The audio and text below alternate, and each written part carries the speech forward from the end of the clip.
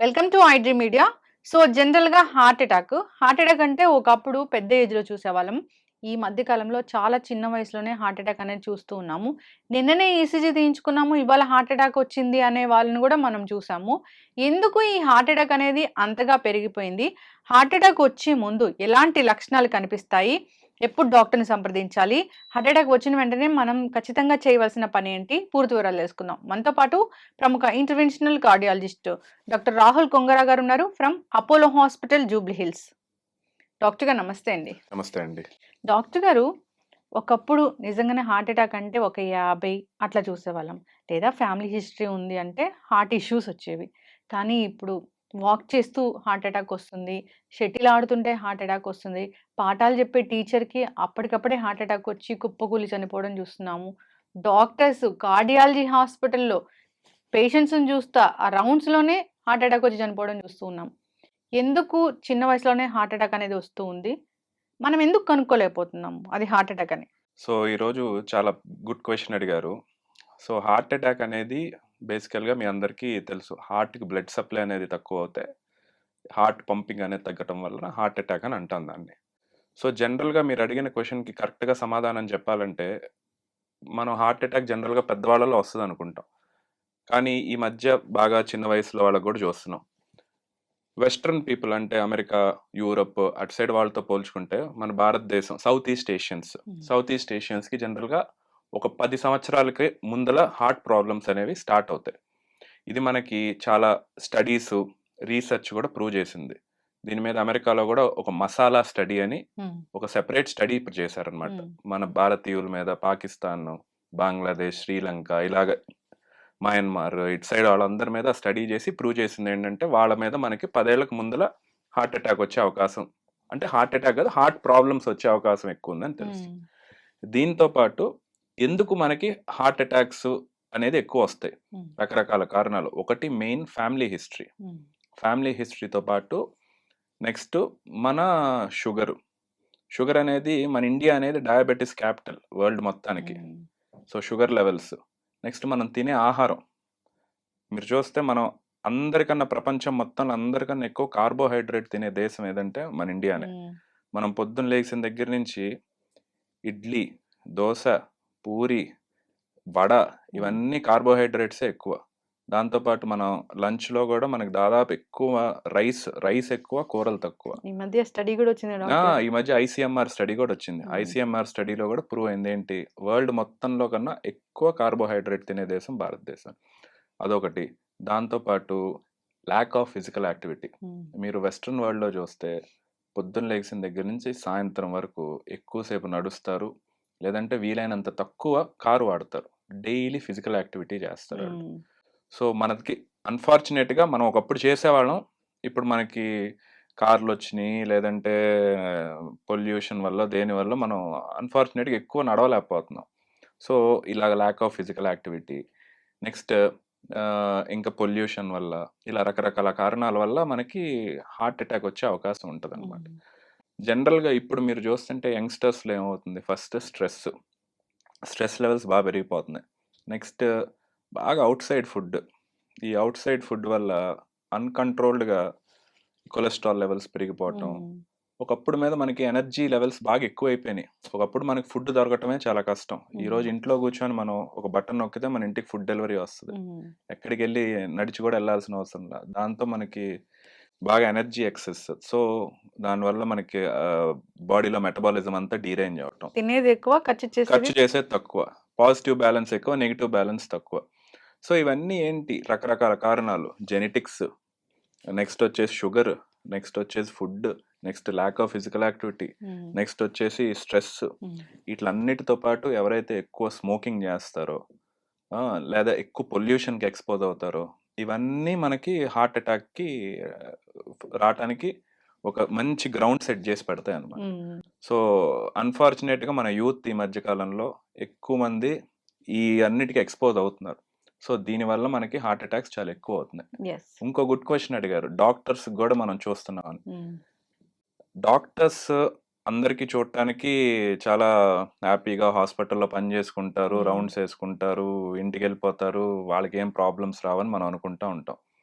కానీ మీరు చూస్తే చాలా స్ట్రెస్ ఉంటుంది డాక్టర్స్‌కి.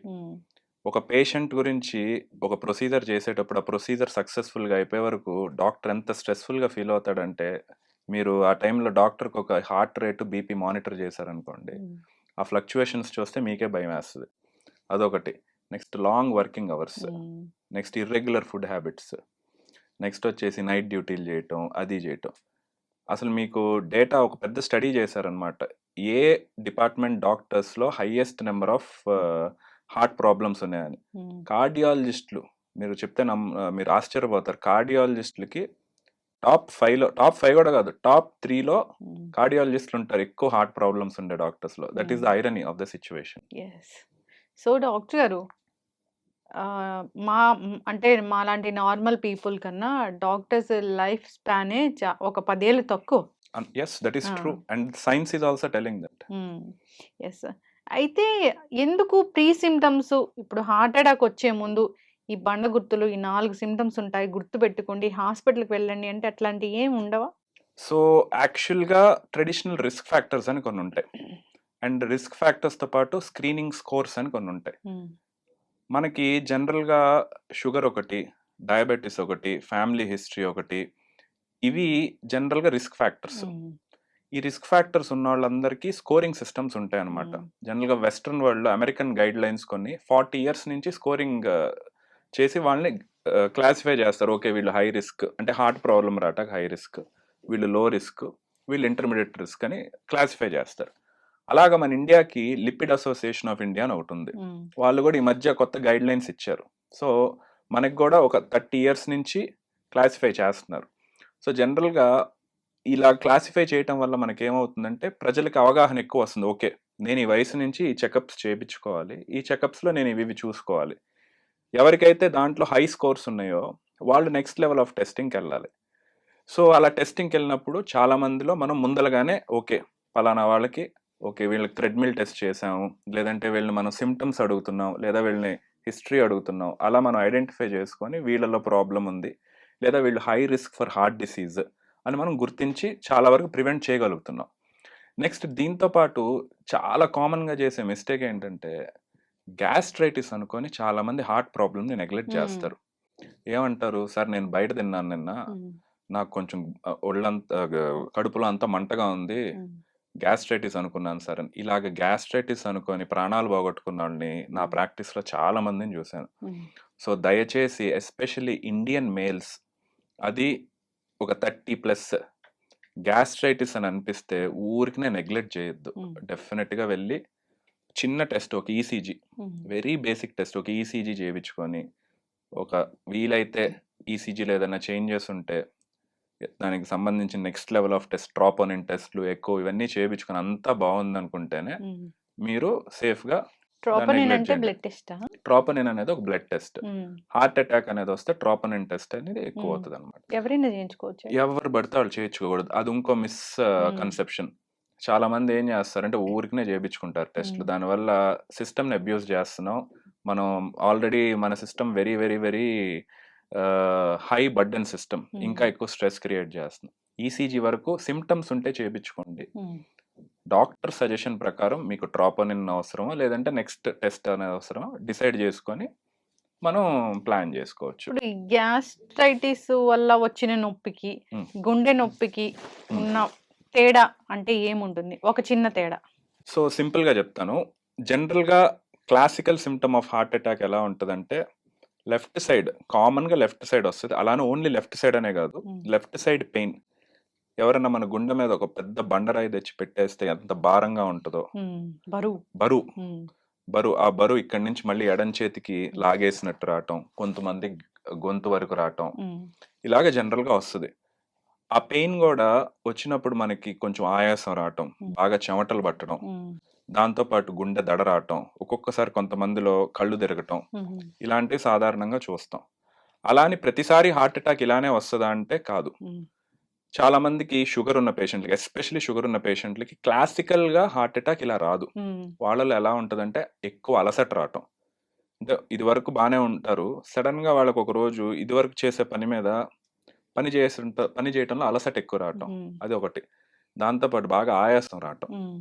దాని తర్వాత హార్ట్ అటాక్ నెగ్లెక్ట్ చేసేస్తారు కొంతమంది. నెగ్లెక్ట్ చేసేసి హార్ట్ ఫెయిల్యూర్‌లోకి వెళ్తారు. నొప్పని తెలీదుగా డాక్టర్ గారు. నొప్పని తెలీదు అన్‌ఫార్చునేట్‌గా. ఎందుకంటే వాళ్ళకి షుగర్ ఏం చేస్తదంటే ఈ నొప్పిని హ్మ్. మాస్క్ చేస్తది. అంటే ఓకే. నొప్పి తెలియకుండా చేస్తది. హ్మ్. నరాల ప్రాబ్లమ్ గదా! షుగర్ వస్తే ఏమవుద్ది నరాలు డ్యామేజ్ అవుతాయి. హ్మ్. సో, ఆ నొప్పికి సంబంధించిన నరాలు సరిగ్గా పనిచేయకపోవటం వల్ల ఏమవుద్ది నొప్పి తెలీదు చాలా మందికి. ఆయాసం వస్తే ఆయాసం, ఆయాసం వచ్చి కాళ్ళ వాపులు రావటం, హ్మ్. నైట్ నిద్రపోకపోవటం, ఎక్కువగా దగ్గుతో పాటు కళ్ళబడటం, ఇలాంటి బాగా ఎక్కువ హ్మ్. అనేది షుగర్ పేషెంట్‌లో జనరల్‌గా హార్ట్ అటాక్ రావటం వల్ల నెగ్లెక్ట్ చేయటం వల్ల ఇలా కనిపిస్తది మనకి. రోజుట్లా లేరు. వాళ్ళకి ఎగ్జాక్ట్‌లీ. చేత కానట్లుగా ఉంది ఒక రోజు అన్నప్పుడు డాక్టర్ దగ్గరికి వెళ్ళాల్సిందే. డెఫినెట్‌లీ. హ్మ్. డెఫినెట్‌లీ. ఒకటి మాత్రం మోస్ట్ ఇంపార్టెంట్ అండి.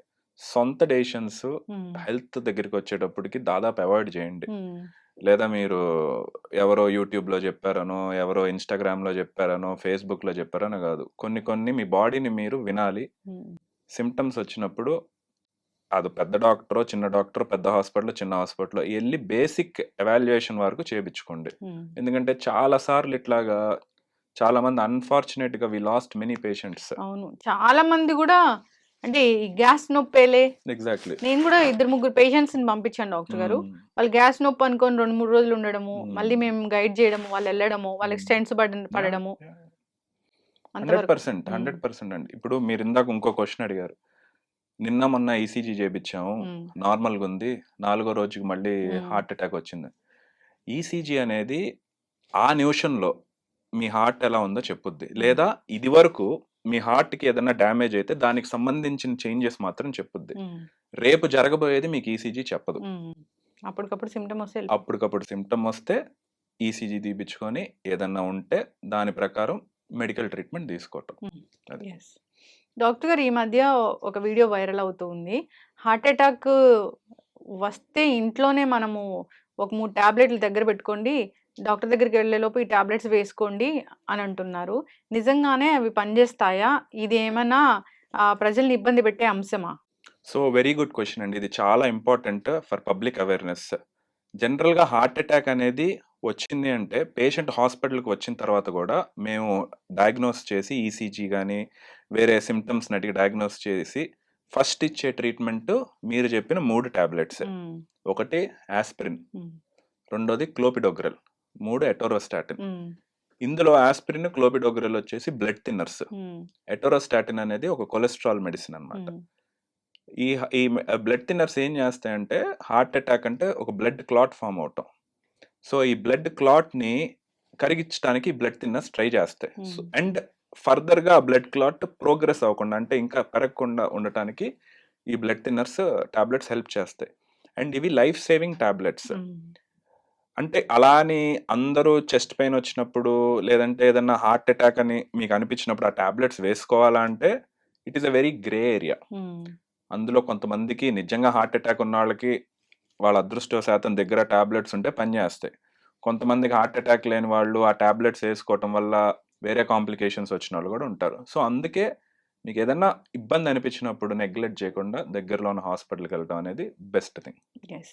అది గ్యాస్ నొప్పా, గుండె నొప్పా అని మనం యాహ్! డిసైడ్ జేసుకోకూడదు. యాహ్! డాక్టర్ విల్ డిసైడ్ అది ఏంటి 100%. అనేది. 100%. కాళ్ళ వాపులు గూడా ఉంటాయా డాక్టర్ గారు?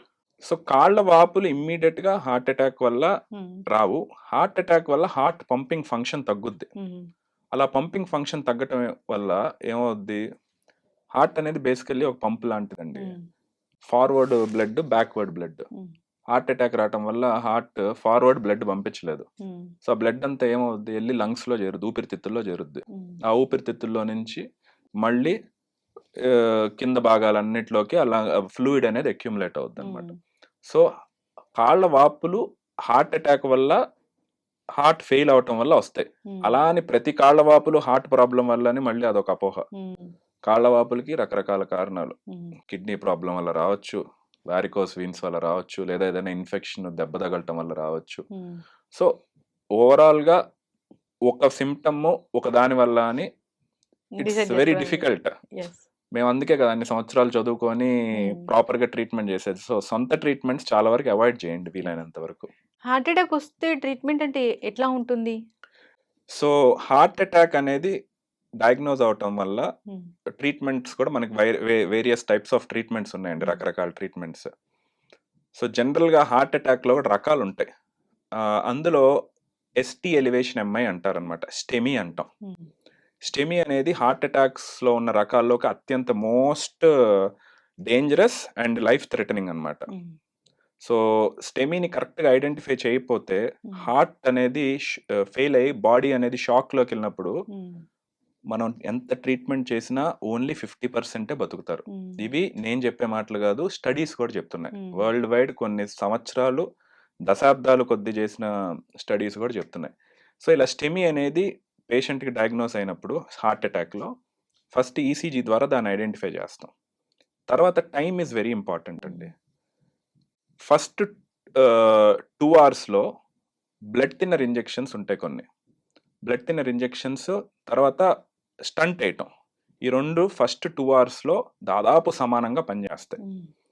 2 అవర్స్ తర్వాత నుంచి జనరల్గా స్టంట్కి కొంచెం బెటర్ అడ్వాంటేజ్. అంటే పేషెంట్ హాస్పిటల్కి వస్తాడు, ఈసీజీ తీస్తాం నొప్పితో, ఐడెంటిఫై చేస్తాం, ఐడెంటిఫై చేసి అడుగుతాం మీకు నొప్పి ఎప్పటి నుంచి స్టార్ట్ అయిందండి అని. డాక్టర్ గారు నాకు నొప్పి స్టార్ట్ అయ్యి ఒక 2 గంటలు అవుతుంది అంటే ఆప్షన్ ఇస్తాం అనమాట. ఇక్కడ ట్రీట్మెంట్ అనేది మీకు చెప్పాలంటే మన ఇండియాలో ట్రీట్మెంట్ అనేది అల్టిమేట్గా ఖర్చుతో కూడుకున్న విషయం. వెస్ట్రన్ వరల్డ్ లేదంటే కొన్ని ధనిక దేశాల్లో ట్రీట్మెంట్ అనేది జనరల్గా ఇన్సూరెన్సో లేదా వాళ్ళ గవర్నమెంటో టేక్ కేర్ చేస్తుంది. సో మన దగ్గరికి వచ్చేటప్పటికి ఏంటంటే డబ్బుతో కూడుకున్న విషయం. అన్ఫార్చునేట్గా ఒక్కొక్క హాస్పిటల్లో ఒక్కొక్క ట్రీట్మెంట్కి ఒక్కొక్క కాస్ట్ ఉంటుంది అనమాట. ఈ బ్లడ్ థిన్నర్ ఇంజెక్షన్ అనేది జనరల్గా లైఫ్ సేవింగ్, నెక్స్ట్ వచ్చేసి తక్కువ కాస్ట్. సో అలా అని అది అందరిలో ఇవ్వచ్చా అంటే ఒక టైం తర్వాత అది పని చేయదు. ఈ స్టంట్ అనేది జనరల్గా కొంచెం కాస్ట్లీ అనమాట. సో అది ఒక సర్టెన్ అంటే ఎక్కువ టైం వరకు హార్ట్ అటాక్ వచ్చినా కూడా స్టంట్ అనేది ఎఫెక్టివ్గా పనిచేస్తుంది అనమాట. సో బేసికలీ హార్ట్ అటాక్ వస్తే 2 రకాల ట్రీట్మెంట్స్, ఒకటి బ్లడ్ థిన్నర్ ఇంజెక్షన్స్, ఒకటి స్టంట్ వేయటం. ఆ ట్రీట్మెంట్ అనేది మీకు ఏది బెస్టో మీరు హార్ట్ అటాక్ వచ్చిన టైం బట్టి, టైప్ ఆఫ్ హార్ట్ అటాక్ ని బట్టి, type of heart attack, next ఇట్లన్నిటికన్నా ముఖ్యం పేషెంట్ అఫోర్డబిలిటీ, ఇట్లన్నిటి బట్టి హోలిస్టిక్ గా ఆ హాస్పిటల్లో డాక్టర్ డిసైడ్ చేస్తారు. ఒకసారి స్టెంట్స్ వేసాక 1, 2, 3, 4 స్టెంట్స్ కూడా పడతాయి కొంతమందికి, మళ్ళీ కూడా హార్ట్ అటాక్ వచ్చే అవకాశం ఉంటుందా? సో మీరు ఒకటి గుర్తుపెట్టుకోవాల్సింది ఏంటంటే హార్ట్ అటాక్ ఒక్కసారి ఒక పేషెంట్కి వస్తే మళ్ళీ హార్ట్ అటాక్ రాదు అని అనుకోవటం అనేది ఒక పెద్ద అపోహ. మళ్ళీ రావచ్చు హార్ట్ అటాక్, మళ్ళీ హార్ట్ అటాక్ రావచ్చు. ఎందుకు వస్తుంది అంటే మళ్ళీ మన షుగర్ కంట్రోల్లో లేకపోతే హార్ట్ అటాక్ వచ్చే అవకాశం ఉంది, లైఫ్ స్టైల్ బీపీ కంట్రోల్లో లేకపోతే హార్ట్ అటాక్, వెయిట్, నెక్స్ట్ వచ్చేసి హార్ట్ అటాక్కి సంబంధించిన మెడిసిన్స్ సరిగ్గా వాడకపోతే, లేదా ఫస్ట్ టైం చేసే ప్రొసీజర్ సరిగ్గా చేయకపోతే. సో ఇవన్నీ ఉన్నా కూడా కొన్నిసార్లు ఎందుకు వస్తాయి కూడా తెలియదు. సో హార్ట్ అటాక్ వచ్చినా కూడా మళ్ళీ వచ్చే అవకాశం ఉంది. నార్మల్ పేషెంట్స్ కన్నా వాళ్ళల్లో మళ్ళీ వచ్చే అవకాశం ఒక 5 to 10% ఎక్కువ. బ్లడ్ థిన్నర్స్ ఇస్తారు కదా డాక్టర్ వాళ్ళకి? బ్లడ్ థిన్నర్స్ ఇస్తారండి. బ్లడ్ థిన్నర్స్ ఇచ్చినా కూడా కొన్నిసార్లు ఈ వేరే పారామీటర్స్, మన బీపీ కానీ, షుగర్ కానీ, లైఫ్ స్టైల్ కానీ, అసలు మోస్ట్ ఇంపార్టెంట్ స్మోకింగ్. చాలా మంది స్టంట్ ఏజ్ చేసుకున్నాను, నాకు హార్ట్ అటాక్ వచ్చింది, స్టంట్ ఏజ్ చేసుకున్నాను, నేను ఇంకా నాకేం కాదని మందులు సరిగ్గా వాడరు. మళ్ళీ they will go back to their old self, smoking చేస్తారు, ఫుడ్ కంట్రోల్ ఉండదు, షుగర్ కంట్రోల్ ఉండదు. అప్పుడు మేము కూడా పెద్ద చేసేది ఏం లేదు. చక్కగా చెప్పారు డాక్టర్. డాక్టర్ గారు, ఎవరికైనా కానీ హార్ట్ అటాక్ రాకూడదు అంటే ఏమైనా ఒక ఇంజెక్షన్ ఉంటుందా? ఎప్పటికీ హార్ట్ అటాక్ రాకూడదు అనడానికి, లేదా హార్ట్ అటాక్ వస్తుందో రాదో తెలుసుకోవడానికి ఏమైనా టెస్ట్ ఉంటుందా? So good question. Heart attack రాకుండా ఉండటానికి ఇంజెక్షన్ అనేది ఇప్పటి వరకు లేదు. అండ్ దాని గురించి కొంతమంది పరిశోధకులు they are doing some studies, but it's a very distant dream. ఎందుకంటే హార్ట్ అటాక్ అనేది రకరకాల కారణాల వల్ల వస్తుంది అండ్ ఒక్కొక్క పాపులేషన్లో ఒక్కొక్కలా ప్రెజెంట్ అవుద్ది అనమాట. సో దానికి treatment one size fits all కాదు, ఎవరికి తగినట్టు వాళ్ళకి మనం కస్టమైజ్ చేసి చేయాలి. నెక్స్ట్ హార్ట్ అటాక్ని గుర్తించే టెస్ట్లు. హార్ట్ అటాక్ వచ్చింది అని కన్ఫర్మ్ చేయడానికి టెస్ట్స్ ఉంటాయి. హార్ట్ అటాక్ వచ్చే అవకాశం ఎక్కువ ఉన్నది అనే దానికి స్క్రీనింగ్ టెస్ట్స్ ఉంటాయి అనమాట. అంటే ఇప్పుడు సపోజ్ ఫ్యామిలీ హిస్టరీ గురించి మాట్లాడదాం. మీకు ఫస్ట్ జనరేషన్ అంటే మీ మదర్కి కానీ ఫాదర్కి కానీ హార్ట్ అటాక్ వస్తే మీకు హార్ట్ అటాక్ వచ్చే అవకాశం దాదాపు 40-50% ఉంటుంది. ఓకే. అండ్ నెక్స్ట్ వాళ్ళకి సపోజ్ ఒక 60 ఏళ్లలో హార్ట్ అటాక్ వస్తే మీకు 50 ఏళ్ల లోపు వచ్చే అవకాశం ఉంటుంది. అలానే 100% వస్తుంది అని కాదు, వచ్చే అవకాశం ఉంది. నెక్స్ట్ వచ్చేసి ఫ్యామిలీ హిస్టరీ గురించి మాట్లాడాం. నెక్స్ట్ ఈ స్క్రీనింగ్ టెస్ట్ ఒక వయసు దాటిన తర్వాత, వెస్ట్రన్ వరల్డ్ అయితే 40 అని చెప్తారు. నా దృష్టిలో అయితే అది వాళ్ళకి అప్లికబుల్ అవుద్ది. మన వాళ్ళు 30 years నుంచే మొదలు పెట్టాలి. సంవత్సరానికి ఒక్కసారన్నా cholesterol test, okay, next sugar test, next వీలైతే అక్కడ సిచ్యువేషన్ బట్టి ఒక థ్రెడ్మిల్ టెస్ట్ కానీ, వీటిలో ఏదైనా అబ్నార్మాలిటీస్ ఉంటే పేషెంట్కి అవసరం పడితే డాక్టర్ సజెషన్ ప్రకారం అవసరమైతే సిటీ కొరోనరీ యాంజియోగ్రామ్ లేదా next level of test coronary angiogram లాంటి సిటీ కొరోనరీ యాంజియోగ్రామ్ డాక్టర్ చెప్పకుండా కూడా మేము చేయించుకోవచ్చా? సో ఇది చాలా కాంట్రవర్షియల్ టాపిక్. చాలా సెంటర్స్ బయట ఆఫర్ చేస్తున్నారు ప్యాకేజెస్ లో సిటీ కొరోనరీ యాంజియోగ్రామ్ లేదంటే సిటీ కాల్షియం స్కోరింగ్ అని. కొన్ని ఇండికేషన్స్ అయితే ఉన్నాయండి, అంటే గైడ్ లైన్స్ ప్రకారం లేదంటే స్కోరింగ్ సిస్టమ్స్ ప్రకారం. సో దానివల్ల వాళ్ళు చేస్తున్నారు. బట్ బెటర్ నన్ను అడిగితే with doctors suggestion you have to do. మనకి దీన్ని we are lucky in a way and we are unlucky in a way. మనకి హెల్త్ సిస్టమ్ అనేది మనకి చాలా యాక్సెసిబుల్. సో మనం ఏ టెస్ట్ కావాలన్నా వెంటనే చేయించుకోవచ్చు, లేదా డాక్టర్ని కలవాలన్నా వెంటనే కలవచ్చు, హాస్పిటల్కి వెళ్ళాలన్నా వెంటనే వెళ్ళొచ్చు. సో దీంతో ఏమవుద్ది, మనం అవసరం ఉన్నా లేకపోయినా కూడా మనం చాలా ఎక్కువ టెస్టులు చేయించుకుంటాం. డిసడ్వాంటేజ్ ఏంటంటే దీనివల్ల అనవసరమైన టెస్టులు ఎక్కువ చేపిస్తున్నాం, ఫాల్స్ పాజిటివ్స్. డాక్టర్ గారు ఏమవుతుంది టెస్ట్ చేయించుకుంటే? అంటే టెస్ట్ చేయించుకుంటే తెలుస్తుంది కదా. ఇప్పుడు సిటీ కొరోనరీ యాంజియో అయినా అదేదో ఒకలాంటి డై ఇచ్చి చేస్తారు అని అంటారు. అంటే అది చేయించుకుంటే ఒక 5 years వరకు రాదంటగా. సో అది చేయించుకున్న తర్వాత 5 years తర్వాత రాదు అనేది కొంతవరకు కరెక్టే, నేను దాన్ని కాదన్ను. కాకపోతే ఆ టెస్ట్ చేయించుకోవడానికి మీకు రేడియేషన్ ఇవ్వాలి, ఓకే. నెక్స్ట్ వచ్చేసి బాడీలోకి డై ఇవ్వాలి. నెక్స్ట్ వచ్చేసి అన్నెసరీ పానిక్ క్రియేట్ చేస్తుంది. అన్నిటికన్నా మోస్ట్ ఇంపార్టెంట్ పానిక్. ఇప్పుడు మీకు బ్లడ్ లో ఒక 20% 30% బ్లాక్ అనేది మీ బ్లడ్ వెజల్స్ లో సిటీ కొరోనరీ యాంజియోగ్రామ్ అని చెప్పింది. ఇంకా మీకు మైండ్ లో అదే ఉంటది, ఓకే. మీకు మైండ్ లో అదిగా డిప్రెస్ అవుతారు, దానివల్ల మీరు ఓవర్గా మందులు వాడాల్సి వస్తుంది. నెక్స్ట్ వచ్చేసి యాంగ్జైటీ లెవెల్స్ పెరిగిపోతాయి. సో అందుకని I'm not completely against, but at the same time I don't want to support it excessively. అంటే ఇట్ షుడ్ బి జుడిషియల్. దానివల్ల ఏంటి, ఇప్పుడు ఇంకోటి, నార్మల్ మనుషులు ఎక్కువ చేయించేసుకోవటం వల్ల ఎవరికైతే అవసరం ఉందో వాళ్ళకి సర్వీసెస్ దొరకట్లేదు, సెంటర్స్ బిజీగా ఉంటున్నాయి. చక్కటి ఇన్ఫర్మేషన్ డాక్టర్ గారు. హెల్దీ లైఫ్ స్టైల్ మెయింటైన్ చేయాలి, బయట ఫుడ్ ఖచ్చితంగా అవాయిడ్ చేయాలి, ఫిజికల్ యాక్టివిటీ ఖచ్చితంగా ఉండాలి. మీరు అన్నారు తీసుకునేది ఎక్కువ, యాక్టివిటీ తక్కువ అని. అది ఫస్ట్ అక్కడ బ్యాలెన్స్ చేసుకోవాలి మనం. స్ట్రెస్ కూడా అంతే. అసలు నెక్స్ట్ లెవెల్కి వెళ్ళాలి అని ఆలోచిస్తున్నారు కానీ నెక్స్ట్ లెవెల్లో మన ప్రాణాలు గాల్లో కలిసిపోతున్నాయి అనేది ఆలోచించట్లా. స్ట్రెస్ అనేది మీ డాక్టర్స్ చెప్తూనే ఉంటారు, అన్నిటికీ ప్రధానమైన రూట్ కాజ్ ఏది జబ్బులకి అంటే స్ట్రెస్సే. ముందు ఆ స్ట్రెస్ తగ్గించుకోవాలి. మీరు అన్నట్లుగా హెల్దీ లైఫ్ స్టైల్ మెయింటైన్ చేయాలి. మీకు చెప్పారు స్క్రీనింగ్ ఉంటుంది, ఒక 30 years వచ్చాయి, అప్పటి నుంచి మీరు చెప్పిన ఆ టెస్ట్లన్నీ చేయించుకొని హెల్దీ లైఫ్ స్టైల్ మెయింటైన్ చేయాలని కోరుకుందాం. ఎవరికైనా లక్షణం 1-2 కనిపించిన వెంటనే డాక్టర్ని సంప్రదించాల్సిందే. గ్యాస్ నొప్పి లేదా చిట్కా వైద్యాలు ఇలాంటివి పాటించకూడదు. చక్కటి ఇన్ఫర్మేషన్ డాక్టర్ గారు, ఫాలో అవ్వాలని కోరుకుందాం. ధన్యవాదాలు. Thank you. And for more videos, please subscribe to iDream. Please subscribe to iDream. Please subscribe iDream. And please subscribe to iDream. For more videos, subscribe to iDream. please like, share and subscribe to the channel. Congratulations, iDream. Subscribe to iDream. Subscribe to iDream. So subscribe to iDream Media. iDream ki iDream team andarki huge congratulations. Please subscribe iDream Media. Please subscribe to iDream. Subscribe iDream. Please subscribe to iDream. iDream అంటే నా కళల ఛానల్ను subscribe చేసుకున్న నోరు తిరుగుతలేదు, మీరైతే గంట గుర్తు కొట్టండి. For more such videos, please subscribe to iDream. Subscribe to iDream. Please subscribe to iDream. Please subscribe iDream Media. Please do subscribe to iDream. Please subscribe to iDream Media. For best entertainment and information, please subscribe iDream. And don't forget to subscribe to iDream.